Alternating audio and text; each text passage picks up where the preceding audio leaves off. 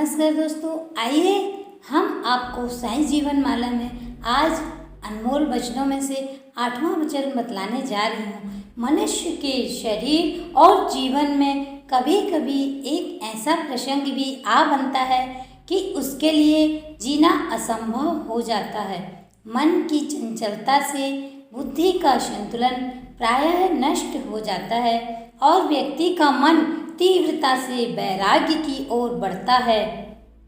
आइए ऐसी कथा आपको बतलाते हैं। एक साईं भक्त बालाराम मानकर की भी कुछ ऐसी ही अवस्था हो गई थी।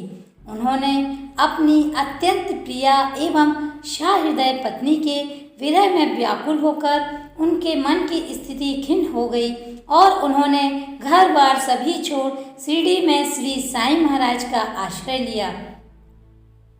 इनके जीवन को उचित दिशा देने के लिए और उद्देश्य बाबा श्री ने उन्हें 12 रुपये दिए और मच्छिंदरगढ़ को जाने की आज्ञा दे दी। मानकर जी पहले बाबा की आज्ञा से सहमत नहीं हुए, परंतु बाबा ने उन्हें बड़ी कुशलता से अपना उद्देश्य समझाया और योग साधना किस तरह करना चाहिए इसका भी उपदेश देकर मच्छिंदरगढ़ जाने का आदेश दिया। वे वहां पहुंचे और ध्यान में संलग्न हो गए। साईं जी की समाधि में सदा भक्तों को उनके गुरु या इष्ट देवता का सदा दर्शन होता है। साईं के दरबार में विविध प्रकार के लोग सदैव आते थे, इसलिए वहाँ विभिन्न मानवीय प्रवृत्ति से प्रेरित नए नए अनुभव प्रतिदिन देखने को आते थे। कोई भी धर्म से संबंधित या पंथ से संबंधित मनुष्य जब श्री साईं के सामने आता था तो वे उसे देखकर ही यह सही अनुमान लगा लेते थे कि वह अपनी इच्छा से उनके पास आया है।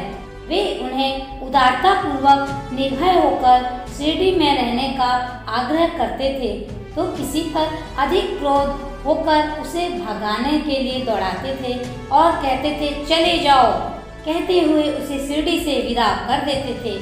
साईं जी के क्रोध में भी एक आशय छिपा होता था। छल कपट द्वारा लोगों से रुपया ऐंठने वाले और ढोंगी बैरागी फकीर को तो साईं के पास भी नहीं फटकते थे। वे साईं जी से सदा दूर ही रहते थे, क्योंकि साईं जी का उद्देश्य विचित्र होने के कारण उनके आचरण का सही अर्थ समझना सामान्य मनुष्य के लिए बहुत भी सरल नहीं था।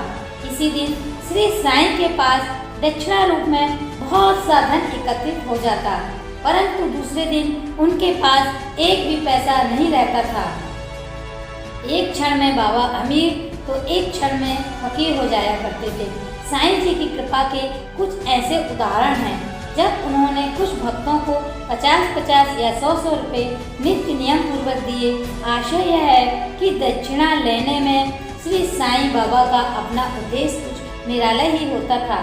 भक्तों की परीक्षा लेना, उन्हें दान का महत्व समझाना और आत्मशुद्धि के मार्ग पर भक्त को लाना, यह उद्देश्यों से प्रेरित होकर भी बाबा दक्षिणा की प्रार्थना याचना करते थे। श्री साईं महाराज हर व्यक्ति से दक्षिणा नहीं मांगा करते थे। ना मांगते हुए भी यदि किसी ने दक्षिणा अर्पण की तो इच्छा होने पर ही स्वीकार करते थे, अन्यथा उनकी दक्षिणा तुरंत ही उन्हें वापस लौटा देते थे। कुछ विशिष्ट व्यक्तियों से ही वे दक्षिणा की याचना करते थे। जो लोग मन में यह विचार रखते थे कि श्री साईं बाबा उनकी दक्षिणा अवश्य मांग लेंगे और इसी संकल्प से वे अपने साथ दक्षिणा भी लेकर आते थे, उन्हीं से श्री साईं जी दक्षिणा लेते थे। वैसे भी साईं जी स्वयं कभी ही दक्षिणा मांगते थे। साईं की इच्छा के विरुद्ध यदि किसी ने कोई दक्षिणा अर्पण कर दी भी तो वे उसे स्पर्श तक नहीं करते थे। भक्त को चले जाओ नहीं मांगते कहकर दक्षिणा वापस लेने के लिए बाध्य कर देते थे।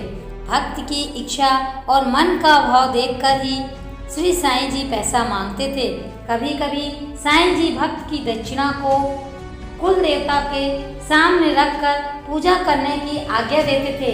श्री साईं जी के हाथों से प्रसाद के रूप में मिले हुए इन रुपयों की पूजा करने से अनेक भक्तों का भाग्योदय हुआ और उनका पूर्ण कल्याण हुआ। आइए मेरे साईं जी के सभी भक्त, आपको हम आज साईं जी के साईं चरित्र से 8वां अनमोल वचन बतलाने जा रही हूँ, जिसे आप अपने जीवन में अवश्य उतारें। भार तुम्हारा मुझ पर होगा, भार तुम्हारा मुझ पर होगा, वचन न मेरा झूठा होगा, वचन न मेरा झूठा होगा। साईं जी अपने भक्तों को कहते हैं कि आपके हित साधन का सारा उत्तरदायित्व तो मैं सदैव संभालूंगा। मेरा कहा वचन कभी असत्य सिद्ध नहीं होगा। श्री साईं अपने प्रति अटूट निष्ठा रखने वाले भक्तों का उत्तरदायित्व स्वयं उठाते थे। उन्होंने उदार अंतःकरण से सैकड़ों भक्तों के सांसारिक क्लेश कष्ट दूर किए, उन्हें अनमोल सहायता प्रदान की। अनेक भक्तों के बाल बच्चों का भरण पोषण भी अपने ही खर्चे से किया करते थे। लूले, दुर्बल, दीन लोगों के वे अन्नदाता थे। शिरडी में कुछ भक्त लगातार महीनों रहकर अपने बाल बच्चों सहित निशंका मन से निवास करते थे, अर्थात बिना संकोच शंका के रहते थे।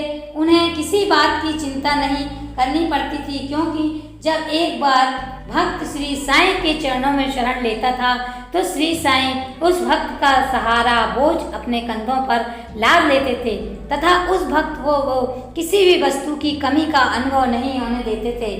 ऐसे थे साईं जिनकी कृपा अपरंपार है, और श्रद्धा सबूरी रख कर आप साईं जी का भजन कीजिए। साईं जी आपके सदा साथ हैं, यही करे मन में आस, साईं जी रहेंगे सदा आपके पास। जय साईं राम।